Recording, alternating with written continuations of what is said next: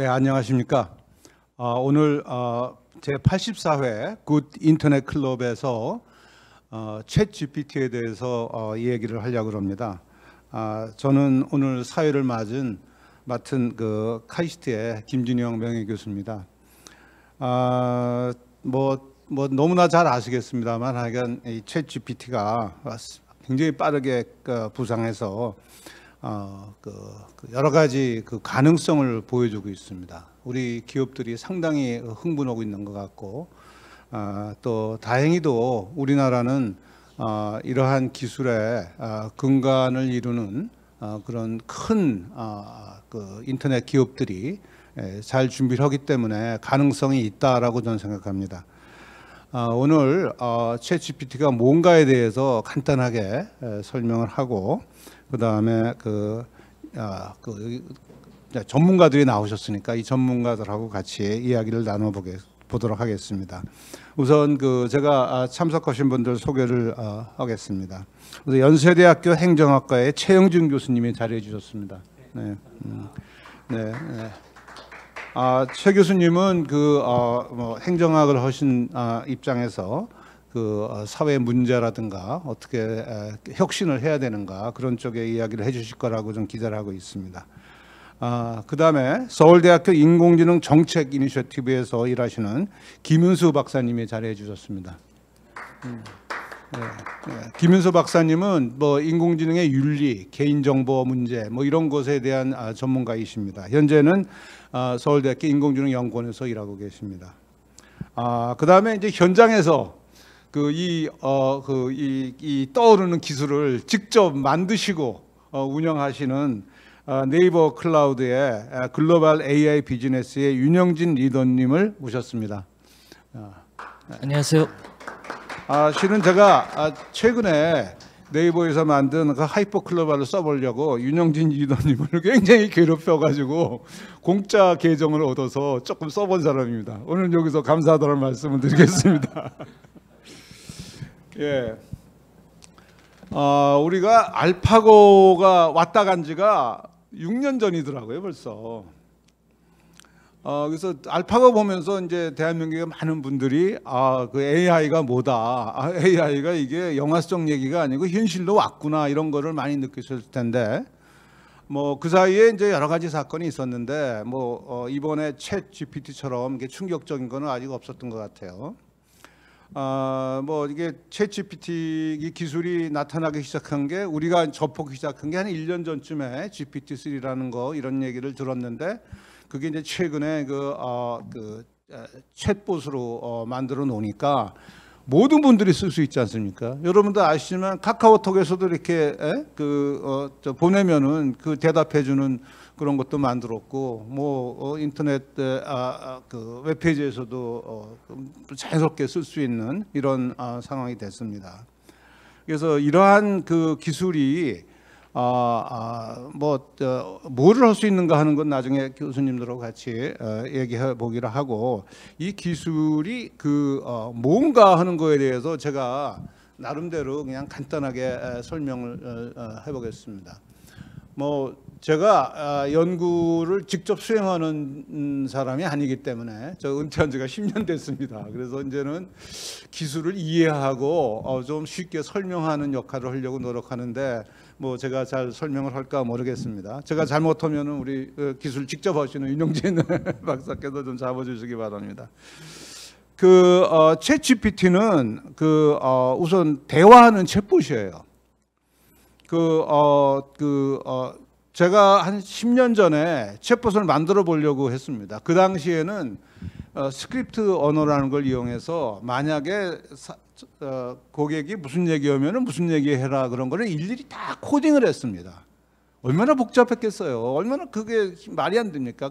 고객이 내 맘대로 대답을 안 하고 막 엉뚱한 데 가서 얘기하면은 이 챗봇은 대답을 못 하는 거예요. 그래서 그런 식의 챗봇을 가지고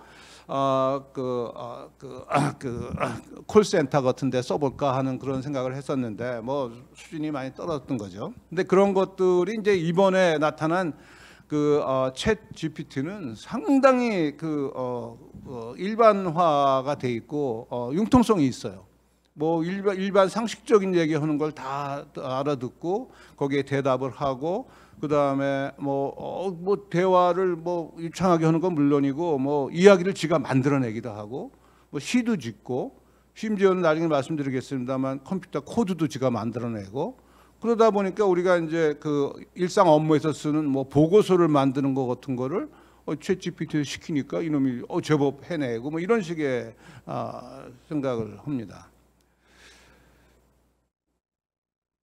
그래서 실제로 이게 하는 거는 언어를 이제 분석을 해서 통계적으로 어떤 단어를 다음에 얘기해 줄까라는 거를 뱉어내는 건데 우리 사람들이 느끼기는 이놈이 뭘 좀 아는 것 같아, 생각하는 것 같아. 그래서 유창한 언어를 구사하는 것 같아라고 우리가 느끼는 거예요.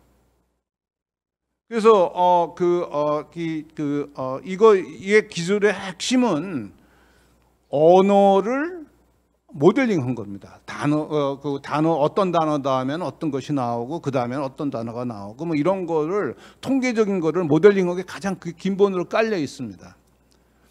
그러다 보니까 이거 학습을 통해서 이런 기술을 만들었으니까 뭐 데이터가 잘못되면 엉터리 얘기하겠죠. 그래서 여러분 이제 챗GPT 나왔다 그러면 이제 막 이것저것 써보고 놀라시면서 그다음에 또 이것도 모르는구나라는 거를 놀라신 경우도 많이 있을 거예요. 저도 해보니까 뭐 이순신 장군이 호랑이를 몇 마리 잡았냐 뭐 이렇게 말도 안 되는 거 물어봤더니 그래도 맨 처음에는 이순신 장군이 호랑이 잡았던 기록이 없네요라고 점잖게 잘 나오더라고요. 그러더니 이놈이 실수를 했어요. 이순신 장군은 16세기 한국의 왕으로서 이게 왕인지 한 거야. 뭐 이런 식의 오류들이 상당히 들어가 있는 거다라고 생각합니다. 그래서 이거의 근간이 되는 거는 거기에 입력에 사용한 텍스트 데이터죠, 그죠? 그래서 45테라바이트의 미국 의회 도서관 장서의 3배에 해당하는 그런 식의 문서를 집어넣어서 학습을 시켰다고 그렇게 얘기를 하고 있습니다. 그래서 이거를 학습시키는 그 모델은 트랜스포머라고 GPT가 Generative Pre-trained Transformer의 약자입니다. 굉장히 기술적인 용어인데 이제 우리가 일상적으로 쓰는 그런 단어가 돼버렸네요. 그래서 엄청나게 커다란 신경망이고 신경망의 크기를 이제 보통 할 때 이제 거기에 우리가 조정할 수 있는 변수가 몇 개가 있느냐 그걸 파라메터라고 그러는데 그게 1억 1750억 개랍니다. 그게 이제 GPT-3가 이번에 GPT-4가 나오면 그게 몇 조가 4조가 된다 그러니까 엄청난 양의 변수가 들어가 있는 그러니까 그걸 살살 조정함에 따라서 이게 성능이 조금씩 바뀌는 거예요. 어떤 지식도 더 저장할 수 있고 이런 식의 이제 엄청난 그런 커다란 신경망을 만들어서 그걸로부터 우리가 이런 대화를 유도해내는 겁니다. 그래서 이런 식의 이제 대화를 통해서 컴퓨터와 정보를 교류한다 그러면은 지금 우리가 쓰는 검색은 그냥 뚫겨 집어넣으면 그거에 해당하는 거 딱 이그젝트 매치하는 거를 인터넷에서 골라서 보여주는 게 단데 그런 것들을 묶어서 정리해서 이렇게 보여줄 가능성이 있기 때문에 이거 나오면은 이제 검색 시장이 완전히 바뀌는 거 아니냐 해서 마이크로소프트하고 구글하고 경쟁을 하는 거다 이렇게 말씀을 드리겠습니다. 아까도 말씀드렸습니다만 챗GPT는 GPT-3라는 아주 대용량 인공지능 언어 모델을 대화형으로 바꾼 거거든요. 근데 우리 한번 잠깐 생각해 보자고요. 아니 어떤 단어 다음에 어떤 단어가 나온다라는 걸 학습을 했다고 우리가 대화를 할 때 내가 질문을 던지거나 어떤 얘기를 하면은 그것에 해당하는 단어를 내줄 가능성은 거의 희박하지 않습니까? 그래서 그거를 또 학습을 시켰어요. 그래서 챗GPT는 이러이러한 대화를 우선 기억하게 만들었고 그 다음에 이러이러한 대화를 할 때 우리 사람이 할 때 대화를 하려면 문제 푸는 능력도 언어 지식만이 필요한 게 아니라 문제를 푸는 능력도 필요하고 그 다음에 무슨 뭐 기억했던 거를 얘기할 수 있는 그런 능력도 필요하고 뭐 그렇지 않습니까? 그래서 그런 식의 그 능력들을 갖도록 그다음에 그 커다란 언어 모델을 그 학습을 시켜서 그걸 만들어낸 거예요.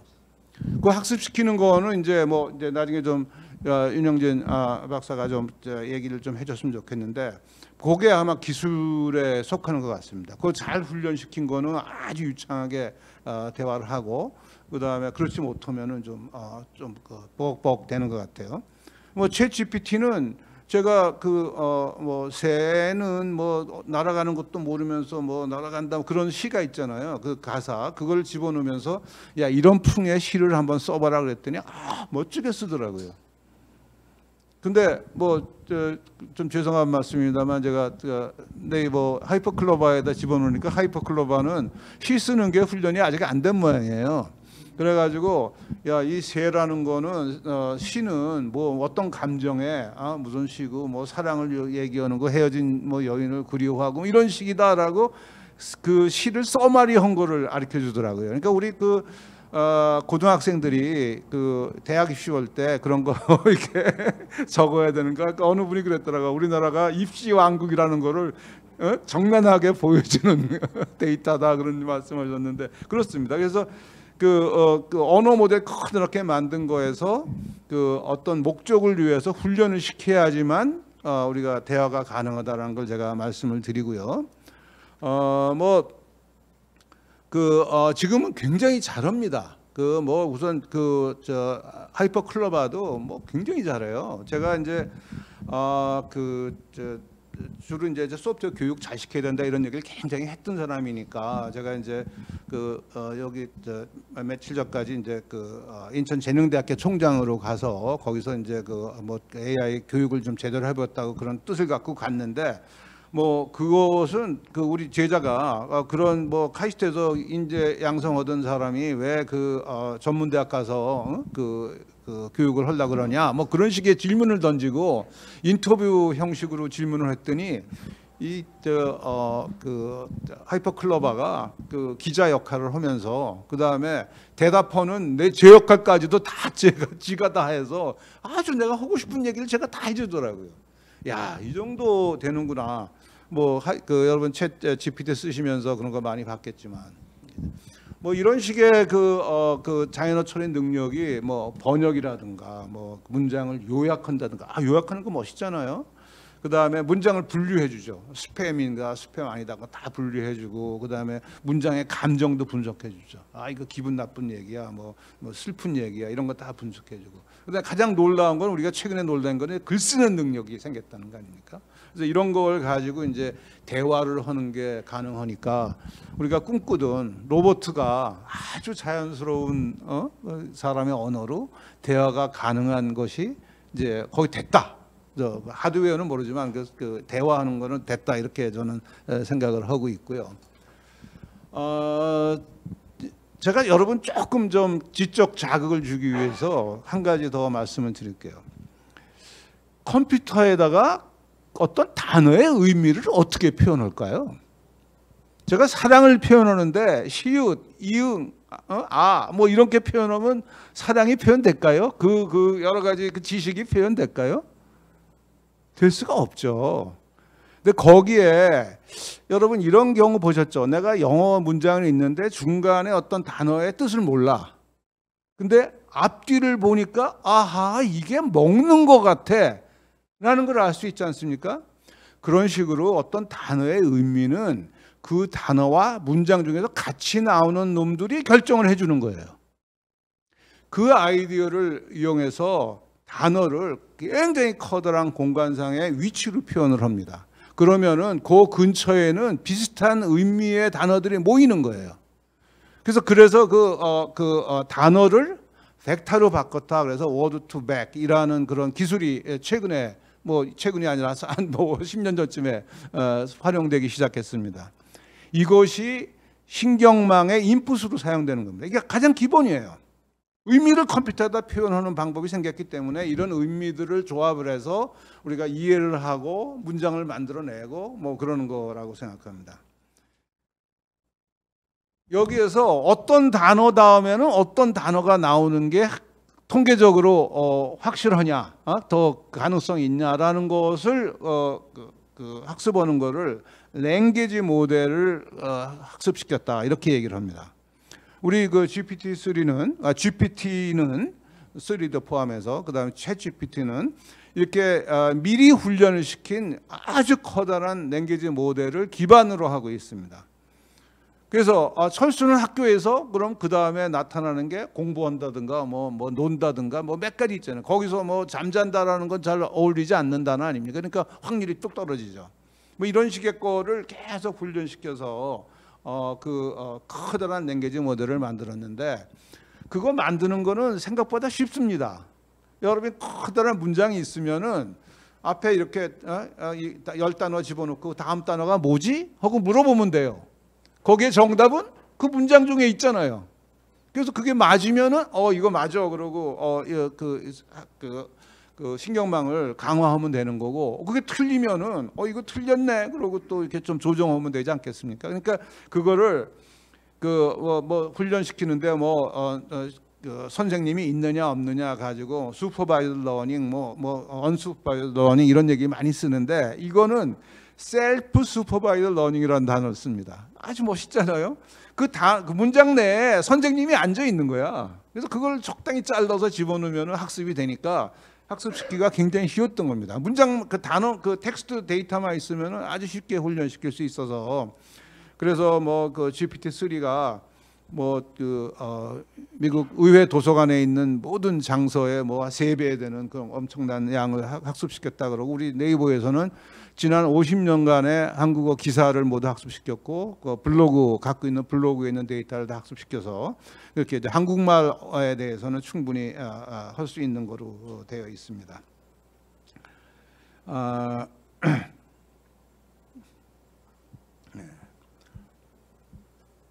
그래서 이렇게 학습시킨 거에서 근데 여러분이 이제 문장을 중에서 이순신 장군은 호랑이를 몇 마리 잡았어 이런 말을 집어넣으면은 그 다음에 무슨 말이 나올까 하는 거를 확률적으로 고릅니다. 그러면은 여러분 그게 제가 생각하는 거대로 이렇게 나오겠어요? 그냥 별의별 단어가 막 튀어나오겠죠. 확률적으로 높은 거가.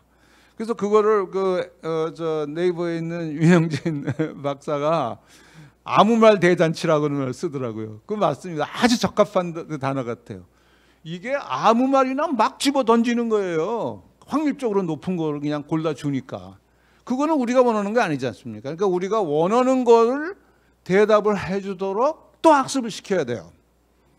그래서 그 언어 모델로 만들어진 데에서 우리가 대화를 하기 위해서 또 학습을 시킵니다. 그거를 위해서는 어쩔 수 없이 사람이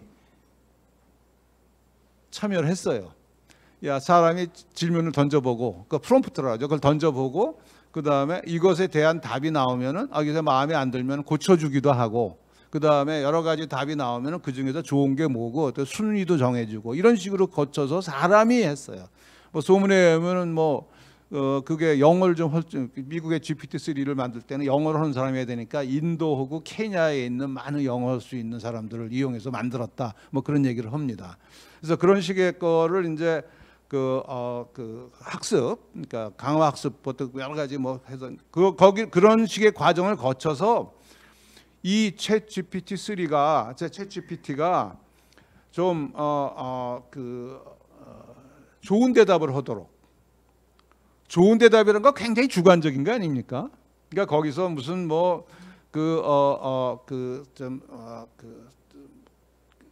인류에 해가 되는 행동하는 거, 도둑질하기 위해서 어느 집에 들어가야 되는데 어떻게 하면 돼요? 라고 물으면은 그거는 좀 얘기해주면 안 되는 거 아니에요. 그래서 그런 것들은 이제 질문을 자제하는 이런 능력, 그러니까 가치를 집어넣은 거예요.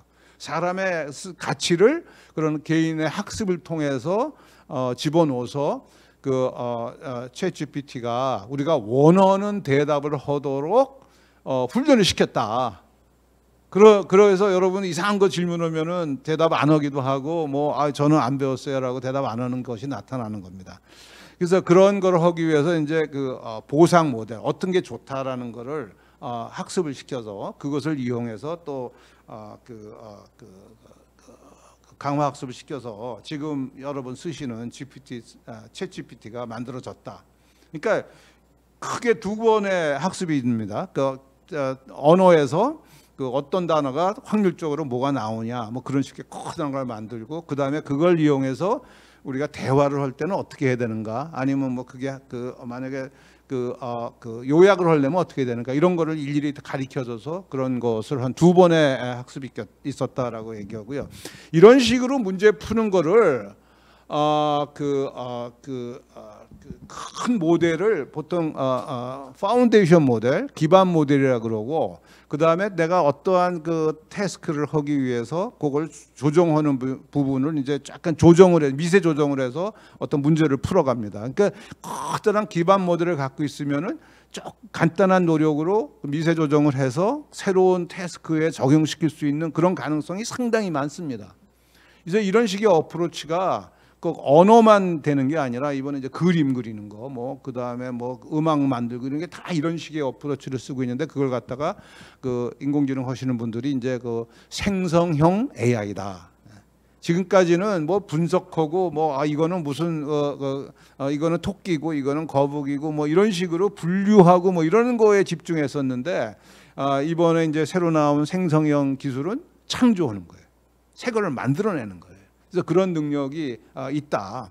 뭐 창조라는 게 이제 그 철학적으로 따지고 보면 굉장히 복잡한 이슈가 되겠습니다만, 그래서 그런 능력이 있어서 그걸 이용하는 새로운 서비스가 많이 나타날 거다. 뭐 이렇게 생각이 됩니다. 너무 제가 장황설을 털었나요? 제가 이 정도 하고, 우리 윤영진 리더님께서 우선 제 얘기를 좀 받아서 혹시 잘못된 거 있으면 지적도 해주시고 그 다음에 우리나라에서는 다행히도 네이버가 하이퍼클로바라는 걸 오랫동안 훈련시키고 그래서 만들어서 아직 오픈되지는 않았지만 일부 사람들이 써볼 수 있고, 제가 듣기는 이제 많은 사람들이 쓸 수 있도록 그 준비가 된다니까 아마 우리나라 굉장히 빠른 속도로 갈 거라고 생각합니다. 다시 한번 제가 격려의 말씀드리면은, 이러한 기반 모델, 아주 대형 기반 모델을 만드는 나라가 미국, 중국, 우리나라가 세 번째예요. 회사도 세 번째입니다. 그래서 우리나라가 굉장히 잘한다. 여러분 AI, 대한민국 AI가 몇 등이냐 그런 식의 지표들이 여기저기 나오는데, 작년인가 재작년에 보니까 8등이라고 그랬더라고요. 근데 저는 15등, 20등이면 안락했던 시절에 살았던 사람이라서 8등이 좀 뻥을 치네라고 그랬더니, 그 다음에 나온 자료 보니까 5등이라고 돼 있어요. 그래서 어느 내가 토론하는 자리에서 야, 이거 좀 심한 거 아니야? 그랬더니 젊은 학자들이 교수님 무슨 소리 하세요? 우리 지금 3등이에요. 3등 그러더라고요. 과연 진짜 3등입니다. 우리가 3등의 선두주자가 우리 하이퍼클로바입니다. 말씀 좀 받으시죠. 네. 네, 안녕하세요. 저는 네이버 클라우드에서 AI 사업을 담당하고 있는 윤영진입니다. 교수님 쭉 말씀 주신 내용 중에 사실 잘못된 정보는 하나밖에 없는 것 같습니다. 저는 박사는 아니고요. 네, 석사까지밖에 못해서 그 부분을 제외하고는 굉장히 쉽게 잘 설명해 주신 것 같습니다. 저는 최근에 이제 네이버 클라우드에서 AI를 제가 직접 개발하진 않고 저는 이제 사업을 담당하고 있습니다만, 저희가 개발한 하이퍼클로바를 이용해서 국내 여러 이제 스타트업들이나 중소기업들이나 많은 엔터프라이즈들이 가져다가 잘 어떻게 쓸 수 있을까, 이제 그런 부분들을 좀 고민하고 있고, 또 한편으로는 지금 이제 매일 아침에 일어나면 글로벌 빅테크들이 쏟아내고 있는 AI와 관련된 여러 기사들을 보면서 저희는 그런 빅테크들과 어떻게 경쟁할 수 있을까? 이제 이런 부분들을 좀 고민하고 있습니다.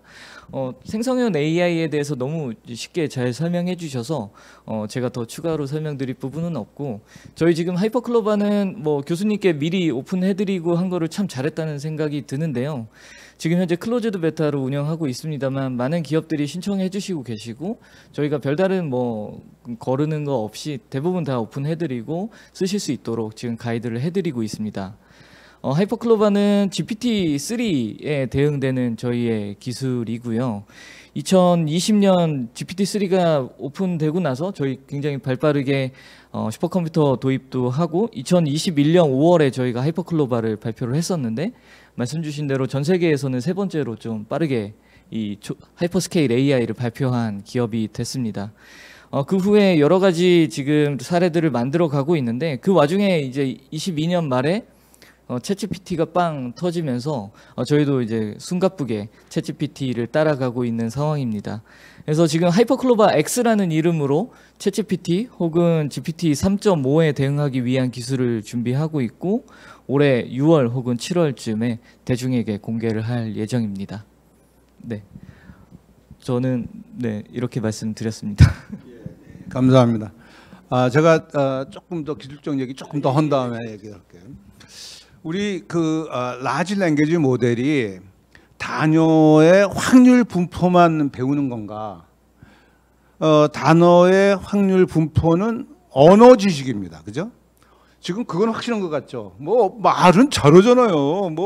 그 한국말도 굉장히 잘하잖아요. 그래서 그게 아주 엄청난 양의 코퍼스를 모아서 그 신경망으로 학습을 시키니까 언어 지식은 충분히 배운 것 같다라는 느낌이 들어요. 근데 사람이 이렇게 진짜 대화를 사람처럼 하려면은 언어 지식만 갖고 되는가?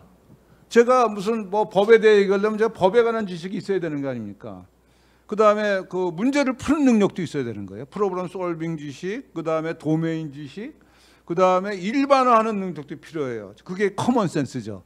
그죠? 여기 제가 공을 사과를 들고 있다 놓으면은 꽝 떨어지고 여기다 공을 들고 있다 떨어져서 떨어지고 이런 것이 일반화할 수 있는 능력, 이런 능력들이 다 필요해야지만이 우리가 부드럽게 대화를 하는 건데 지금 하고 있는 거는 우리가 잘 이용하는 거는 언어의 지식은 지금 이용해서 하는 것 같아요. 근데 그 커다란 그 랭귀지 모델 안에 이거 이상의 게 들어가 있는 것 같아요. 있을 것 같아요.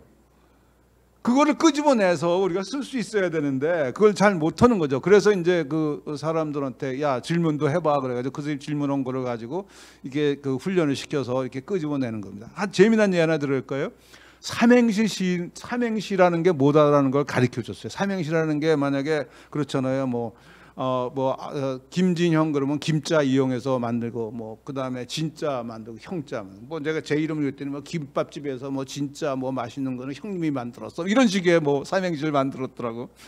이걸 갖다가 맨 처음에 이제 그 하이퍼클로바에다 주니까 얘가 못해요. 근데 몇 번을 가르쳐 줘. 삼행시 이렇게 하는 거야라고 한 대여섯 번 가르쳐 주니까 그다음부터 지가 만들어요. 그래서 저 인천재능대학교에서 수업 시간에 학생이 이걸 만들었어요. 그래서 저 챗GPT에도 집어넣으니까 처음에는 삼행시 그러니까 세 줄짜리 시를 지어주더라고. 야 그게 아니고 그 첫 음절 가지고 어쩌고 내가 몇 마디 하니까 그 다음부터는 삼행시를 잘 만듭니다. 여기다 오렌지 그러니까 오늘은 유난히 햇빛이 따뜻하여 렌트카를 빌려서 어쩌고 지도를 펼치니 벌써 마음이 두근거린다. 그랬더니 또 하나 해냈더니 오렌지 오늘도 새콤달콤한 오렌지 한 조각 렌즈를 통해 세상을 더 선명하게 볼 수 있어. 지금 이 순간 내 마음은 따뜻해져. 아니 이놈이 모르던 놈이 제가 몇 가지 이그젬플 주니까 삼행시 짓는 거를 제가 배운 거예요.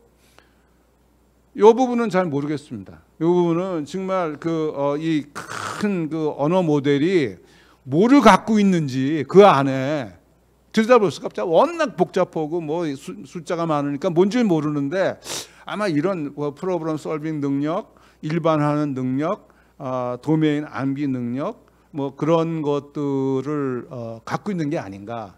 그래서 그거를 끄집어내기 위해서는 이그젬플을 몇 개를 보여줘서 그걸 긁어내는 거예요. 그걸 휴샷 러닝이라고 그러죠. 그래서 그런 식의 것들을 해서 어떤 중소기업들이 그런 거 잘 좋아하는 이그젬플 같은 거 갖고 있으면서 그걸 집어넣으면은 원하는 거 답이 쫙 나올 테니까 그런 식의 비즈니스가 가능할 게 아닌가.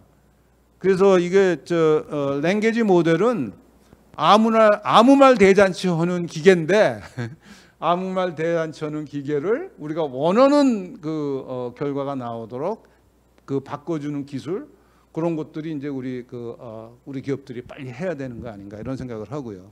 뭐 제가 기술 얘기는 이제 이 정도로 하겠습니다. 우리 최 교수님, 이런 식의 기술 갖고 우리가 뭘 할 수 있을 것 같아요. 또 생각나는 대로 뭐 남들 했던 것도 이렇게 들어주니까 한번 얘기 좀 한번 해보시죠. 어제 제가 이제 챗GPT에 톡투 GPT를 깔아가지고 이제 요즘은 대화로 이렇게 이야기를 GPT하고 하고 있는데, 제가 요즘에 공부하는 개념이 제도적 상보성이라는 상당히 어려운 이론적 개념에 대해서 공부를 하고 몇몇 분들하고 세미나도 하고 했었는데, 어제 저녁에 GPT와 챗 GPT하고 이 개념에 대해서 이야기를 했는데, 가장 좋은 학회에서 가장 훌륭한 학자와 이야기하는 그런 기분이 들 정도로 글쎄요, 모라백의 역설인지 어려운 거는 굉장히 쉽게 이야기하는 것 같은 그런 느낌을 들 정도로 굉장히 대화를 하는 수준이, 물론 저는 매우 짧게 이야기하고 그 친구가 좀 길게 얘기해서 때로는 좀 제가 끊습니다만, 굉장히 구체적인 내용들을 이렇게 이야기를 하는 거 보면서 이게 정말 새 시대가 왔구나라는 느낌이 매번 사용할 때마다 좀 들고 있고요. 그리고 이제 아무래도 학교에서 학생들을 가르치다 보니까 이 학생들에게 이 챗 GPT를 어떤 방식으로 가르쳐야 할 것인가, 그리고 어떻게 활용하라고 이야기를 해야 할 것인가에 대한 이제 고민이 많이 들고, 학생들도 이미 굉장히 광범위하게 이것을 활용하고 있고, 그것을 활용한 것들을 어떻게 최적의 학습으로 연결할 수 있을 것인가, 이제 이 고민들을 개인적으로 좀 많이 하고 있습니다. 그리고 아마 이거는 제가 기술적인 측면은 저보다 우리 다른 선생님들께서 더 많이 말씀해 주실 수 있겠습니다만, 이러한 이제 생성형 AI가 어떤 로봇이나 다른 것들과 이렇게 결합이 됐을 때 나올 수 있는 어떤 그런 가능성 같은 것들을 지금은 이렇게 배달만 이렇게 왔다 갔다만 주다가 갑자기 떨어진 거 있으면 주워도 주고 이렇게 닦고 다시 가고 하는 이제 그런 시대들이 굉장히 눈앞에 온 게 아닌가라는 좀 생각이 듭니다. 그래서 이제 그런 생각들을 이렇게 하다 보면 저는 한편으로는 굉장히 흥분된 그런 상황으로 저희 아이들과 함께 항상 이 GPT에 대해서 이야기하고 막 사용하고 이런 부분도 있고, 제 스스로도 이제 항상 영어 논문을 쓰면은 우리 영문 프로리딩을 하는 회사에다 항상 맡기곤 몇십만 원씩 주고 맡기곤 했는데, 이제 바로 챗 GPT가 다 제 영어를 다 검독을 해주기 때문에 몇십만 원이 이제 다 사라지게 되는, 이런 곳곳에서 이제 이런 활용들이 막 일어나고 있거든요. 그리고 어떻게 활용하는지에 대해 매일 아침마다 카카오톡 단체방이라든지 이메일로 이걸 하면 이거 좋다 저거 좋다 이런 것들이 막 쌓이고 있어서, 한편으로는 이런 기술에 대해서 굉장히 흥분 중이고, 다른 한편으로는 이게 도대체 가져오는 효과가 뭘까에 대해서 한편으로 약간 우려나 좀 차분한 마음으로 바라보는 측면도 좀 있습니다, 교수님. 우리 김문수 박사님도 우선 문제점 같은 거는 좀 나중에 해주시고, 전공 분야니까 나중에 해주시고, 이거에 뭐를 할 수 있다라는 거 상상의 날개를 한번 펴보세요. 그러니까 이런 것도 될 수가 있다. 그런 거 한번 얘기 좀 해주시면 고맙겠습니다. 지금까지 봤던 것 중에서 재미난 것도 얘기해 주시죠.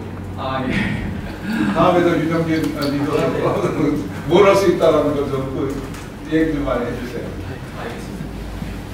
저는 사실 이제 일단 제가 이제 법이고 이제 규제를 이제 공부하다 보니까 자꾸 이제 기술이 이제 발전할 때마다 자꾸 저도 흥분과 동시에 이제 저희들 항상 이제 우려감도 있고, 물론 사실입니다. 근데 이제 챗GPT, 사실 저는 정말 여기는 교수님이나 이런 의미에서 가장 기술과 가장 거리에 먼 순수 이제 법학만 하다 보니까 되게 가장 어려워하는 게 이긴 한데, 그러니까 아마 저는 이제 활용 측면에서 말씀을 제가 드린다면은, 학생들이나 교수님들 연구하는 입장에서는 정말 하나의, 이게 어떻게 보면 서로 이제 정보를 받고 정보를 가지고 뭐 학생들이나 어떤 인간들이 판단하는 것과 아니면 정말 이 챗GPT라는 하나의 가상 존재가 판단하는 것과의 비교 사이에서 서로 뭐 경쟁을 하면서 그런 경쟁 관계라는 것도 좀 느끼게 됩니다. 그래서 저는 일단은 규제를 넘어서서 저는 그냥 제가 사실 심도 있게 챗GPT에 대해서 기술적으로 많이 활용도에 대해서 크게 막 진지하게 고민을 아직은 해보지는 못했지만 일단은 인공지능과 인간에서의 어떤 서로 역할이나 그런 것에 대해서 어떤 뭐 경쟁 관계를 통해서 사실 뭐 지금 챗GPT의 원동력은 어떻게 보면 인간들이 행태하고 움직이고 판단하는 데이터니까 뭐 그런 것들과의 관계 속에서의 앞으로의 진지한 고민 속에서 뭐 규제라면 규제고 일단 어차피 앞으로는 뭐 기술이 발전이 되면 될수록 어쨌든 간에 뭐 이것들을 방향성을 나름대로 뒷받침해 줄 수 있는 뭐 원칙들이나 규제 기준들에 대해서도 같이 이 규제자들도 같이 좀 이렇게 고민을 하고 같이 연구하고 같이 좀 더 다이내믹하게 또 인발부가 되어야 하는 생각이 있기 때문에 그런 측면에서 좀 이제 연구자 측면에서는 이 챗GPT의 활용성이라는 것도 애매하지만 약간의 이제 규제에 좀 더 진지한 앞으로의 기술에 어떻게 따라잡을 수 있는지라는 측면에서 좀 더 큰 도전 과제로서 되게 또 흥분되는 그런 걸 준다는 생각은 들었습니다. 네. 예, 윤영준 리더도 뭐 이런 쪽으로 활용되면 좋겠다든가 뭐 좀 멋있는 사례 같은 거 있으면 좀 말씀 좀 해주세요. 예. 네네. 뭐 사례는 지금 저희 뭐 하이퍼클로바 플랫폼 위에서 여러 스타트업들이 마케팅 문구를 만든다든지 뭐 AI 자소서를 써준다든지 뭐 이런 식으로 좀 사례들을 만들어 주시고 계십니다만 최근에 이제 발표된 챗GPT로 말미암아서 여러 가지 좀 변화가 예상이 되는데 저는 이제 크게 세 가지 정도를 생각을 하고 있습니다. 첫 번째는 교수님 말씀 주신 것처럼 정보 검색 자체의 변화가 있을 것으로 봅니다. 특히 정보 검색 중에서 뭔가 애매한 의도에 대한 추천 영역보다는 정답형 정보는 좀 더 빠르게 대체까지는 아니고 보완제로 충분히 작용을 할 것이라고 보고 있고요. 그리고 두 번째는 컨텐츠 생산 쪽에 좀 많은 변화가 있을 것으로 보고 있습니다. 앞서 말씀 주셨던 것처럼 시나 가사, 소설 이런 것들을 쓰는 데 있어서 많은 보조 수단으로서 AI가 활용되기 시작할 것으로 보고 있습니다. 세 번째로 말씀드릴 부분은 제가 가장 진지하게 고민하고 있는 부분인데요. 업무 생산성 측면에서 굉장히 혁신을 불러일으킬 것으로 기대하고 있습니다. 과거에 저희가 개발해왔던 AI들, 예를 들면 OCR이나 아니면 음성인식 이런 기술들은 자세히 저희가 생각해 보면 사람들을 완벽히 대체하지도 못했지만 주로 이제 좀 효율성을 갖다 줬던 분야가 단순 반복 업무라든지 아니면 생산과 관련된 부분이었습니다. 하지만 이 챗GPT로 말미암은 이 생성형 AI는 사무직 쪽에도 굉장히 많은 효율성을 가져올 것이라고 보고 있습니다. 특히 이메일을 작성한다든지 기업에 맞는 문서를 뭐 자동으로 초안을 만들어준다든지 굉장히 많은 원문 문서에서 정답형으로 답을 찾아주고 요약을 해준다든지 이런 보조 수단들이 들어감으로써 사무직들의 업무 생산성이 굉장히 좋아질 것으로 보고 있습니다. 그런 쪽으로 저희 네이버 클라우드도 좀 사업 기회를 보고 있고요. 예, 지금 말씀하신 대로 이제 문서를 작성한다든가, 그래서 뭐 보고서 같은 거, 뭐 그냥 얘한테 하라고 그래가지고 그냥 제출하면 안 되겠죠. 그러니까 초안이라고 그래야 되겠죠. 그러니까 초안을 만들어 본다든가. 저도 개인적으로 누가 부탁을 해서 초등학생들을 위한 인공지능 캠프를 한번 열자 그래가지고 그 캠프를 열면 그 안에서 어떤 일을 하면 좋은가 한 걸 갖다가 챗GPT에 얘기했더니 1, 뭐 2, 뭐 해가지고 대여섯 가지를 쫙 정리해서 주더라고요. 너무 좋은 거예요. 그래서 또 제가 개인적으로 있었던 뭐 영화 하시는 저 후배 교수가 그 챗GPT가 영화 산업에 미치는 영향 그거 뭐 워크숍을 하재요. 그래서 그러놓고 이제 저한테 초대장을 써달래요. 그래서 제가 카톡으로 딱 놓자마자 옆에 있는 그 탕에다가 내가 이런 걸 하려고 그러는데 그 인사말을 써봐라 그러니까 쭉 나온 거예요. 쭉 카피해서 보냈더니 이분이 그냥 까무러치는 거야. 아니 지금 말 끝나고 2분 만에 이렇게 이런 걸 보내냐고. 이렇습니다. 이런 정도 가능하고요. 뭐 KT에서 며칠 전에 나온 자료 보니까 그 상담 내용을 이제 어떤 그 고객하고 상담하면 그 한 5분 10분 상담을 하면 그걸 이제 요약을 해서 아마 이렇게 기록을 해놓는 모양인데 그 요약하는 걸 갖다가 다 라지 랭귀지 모델을 써서 하는 거로 다 바꿨고, 그 다음에 노인들 이렇게 케어하는 그 대화하는 거 있잖아요. 그런 거에 그 말투나 이런 것들 다 인공지능이 만들어주고 있고, 제가 아는 어떤 그 회사가 이제 암을 진단하는 그런 소프트웨어를 만드는 회사인데, 그 암이라고 나타났어요. 그러면 환자한테 얘기해 줘야 될 거 아니에요. 당신은 암이야. 그러면 이 사람은 그냥 패닉에 들어가니까 이거를 어떻게 부드럽게 전달해 줄까, 그런 식의 대화체를 만드는 것도 챗GPT를 이용해서 하더라고요. 이런 식으로 이제 그 언어를 이용해서 만드는 거는 이제 굉장히들 하여간 이제 여러분 이제 회사에서 빨리빨리 생각해서 만드셔야 되고, 그 다음에 우리가 아직 얘기 안 했는데 그림 그리는 것도 뭐 다 아시잖아요. 그림 그리는 것도 이제 그 프롬프트만 잘 주면 지가 알아서 그림을 다 그리니까, 그런 것하고 연결되니까 이제는 광고 스크립트 만들고 광고에 들어가는 그림 그리고 그러는 거가 상당히 초안까지 만드는 거는 그냥 다 기계들이 해줄 수 있는 게 아닌가 이런 생각이 됩니다. 우리 최 교수님 좀 보태주시죠, 몇 개. 예, 지금 말씀해주신 부분들, 예를 들어서 교수들 같은 경우, 학생들 이제 그 추천서, 해외 유학 가거나 이제 어디에 가면 추천서를 쓰는 부분들이 항상 연말이 되면 상당히 큰 일인데요. 이제 그런 부분에 대해서도 추천서를 너무나 잘 초안을 잡아주고, 조금 더 공격적으로 써줘. 그러면은 그 톤을 확 바꿔주고, 마음에 안 들어 패러프레이징 해줘. 다시 말을 좀 바꿔줘. 이러면 전체를 한번 다 바꿔주고. 그러니까 똑같이 영어를, 예를 들어서 아까도 제가 교정 말씀을 드렸는데, 이거를 처음에 물어봤을 때하고 두 번째 물어봤을 때하고 세 번째 물어봤을 때가 계속 달라집니다. 그러니까 그냥 정말 인간과 인간이 이야기를 하는 것 같은데, 보통은 인간과 인간이라면 제가 한번 보내고 며칠 있다가 이렇게 받고 다시 얘기하면 며칠 있다가 받아야 되는데, 이것이 정확히 한 5분 이내에 모든 것들이 일어날 수 있는 상황이기 때문에 놀라움은 이것뿐만이 아니라 말할 수 없고요. 어느 미국의 이제 교수님께서 유튜브에서 방송하는 거 이제 들었었는데, 본인을 트레이닝 할 수 있을 것이다. 그래서 5년 내로, 예를 들어서 우리 김 교수님의 을 트레이닝 시킨 그 김 교수님께서 영원히 존재하는 이제 김 교수님의 그것이 이제 가능하다. 그래서 제가 줌으로 수업할 때는 가끔 학생들한테 이런 농담을 합니다. 너희들이 보는 사람이 내가 진짜 최영준인 것 같니? 아니면 AI 최영준인 것 같니? 이런 이야기를 제가 이제 농담으로 던지면서 사실은 금방 이런 시대가 이제 가능하게 됐을 때 이제 그런 질문을 또 서로 물어봅니다. 그러면 그런 존재를 남기고 싶어? 라고 이제 서로 이제 그런 것들을 물어보면서 우리 이 풋프린트라고 하는 이 흔적을, 최영준의 흔적을 영원히 어딘가에 남기고 싶은가에 대한 질문도 하는 좀 그런 시대가 벌써 다가온 것 같습니다. 네, 윤영진 리더, 챗 GPT가 하는 것이 이제 코딩 자동화가 있잖아요. 네, 맞습니다. 그 얘기도 조금 해주시고, 그 다음에 다음 기술로 이제 당연히 이제 멀티모달도 가죠. 그림, 그다음에 동영상, 소리 이런 것까지 다 학습할 거 아니에요. 그래서 그거에 이제 문을 좀 열어주시면 감사하겠습니다. 네, 맞습니다. 교수님 설명 주신 대로 라지 랭귀지 모델로 저희가 언어를 생성해내고 여러 가지 대화도 하고 이런 것도 하지만 코딩도 지금 거의 반자동으로 해주는 코파일럿 기능이 나와 있습니다.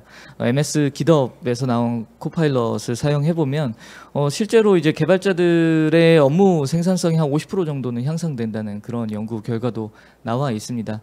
그 모델 자체에 저희 인간들이 사용하는 그런 랭귀지뿐만 아니라 코드도 어떻게 보면 랭귀지거든요. 그걸 같이 학습시켰더니 그 코딩을 자동으로 해주는 그런 놀라운 역량을 보여주고 있습니다. 저희 네이버 내부에서도 그런 테스트는 좀 해보고 있는 상태입니다. 이런 코딩도 좀 하지만 코딩 자체는 하나의 랭귀지이기 때문에 멀티모달이라고 보고 있지는 않습니다만 이미지를 같이 학습해서 뭐 이미지를 해석해 주는 것도 가능하고 이미지를 생성해내고 동영상을 만들어주고 뭐 이런 멀티모달까지도 최근에는 많은 연구들 그리고 실제 상용 제품들까지 나오고 있는 추세입니다. GPT-4가 어떻게 발표될지는 뭐 저희도 되게 숨죽이면서 기다려보고 있습니다만 높은 확률로 멀티모달로 나올 거다라는 이야기가 있습니다. 저희 네이버도 그런 이제 글로벌 추세에 맞춰서 멀티모달리티를 좀 어떻게 준비해야 될지는 굉장히 골치 아픈 고민거리이긴 합니다. 네. 예, 멀티모달 데이터를 처리할 수 있다 그러면은 여러분 마음껏 상상해 보세요. 지금은 이제 우리 그 텍스트에서 지식을 추출했잖아요. 이제는 텍스트가 아니고 그냥 유튜브 봐도 다 배우는 거예요. 유튜브에서 배우는 거예요. 근데 로봇을 다 실어서 들고 다니면은 이 로봇가 길거리에 다니면서 세상을 다 배우는 거예요. 그래서 그렇게 되면 이게 어떻게 된 세상이 될까 참 놀랐습니다. 제가 그 며칠 전에 뭐 스탠포드에서 나온 자료를 잠깐 보니까 거기서 재미난 그러니까 생성형 그 AI를 가지고 뭘 할 수 있는가 하는 거 쭉 그 리스트업을 해놨는데 그 중에 재미난 거 하나가 이런 게 있네요. 가짜 환자를 만들 수가 있다. 신약을 만들면은 그것이 제대로 듣는지 안 듣는지 검사하는 게 굉장히 어려운 모양이에요. 그렇죠? 환자는 있는데 이거를 이제 환자 아닌 사람한테도 약을 먹여봐야 되고, 근데 그 환자 아닌 사람이 여러 가지 이제 속성이 있잖아요. 근데 그 사람 속성에 따라서 그 환자들을 숫자가 많아야지 통계적 그 신뢰성이 있으니까 그 환자들을 그 모아오는 게 굉장히 어려운 것 같아요. 여러분들 아마 저기 지하철 타면은 무슨 병에 대해서 조사하려고 그러는데 어떤 사람들 뭐 병원에 연락하세요 그런 거 아마 많이 보셨을 거예요. 그런 식으로 그 환자를 모으기가 어려운데 그거를 그 생성형 AI를 이용해서 환자를 만드는 거예요. 그래서 그 사람들을 그 만들어진 환자를 가지고 신약 개발에 쓴다 뭐 이런 얘기도 하고 저는 굉장히 충격받았어요. 그 다음에 또 우리가 쉬운 문제는 뭐에 대해서 얘기해봐 그러면 어려운 문제죠.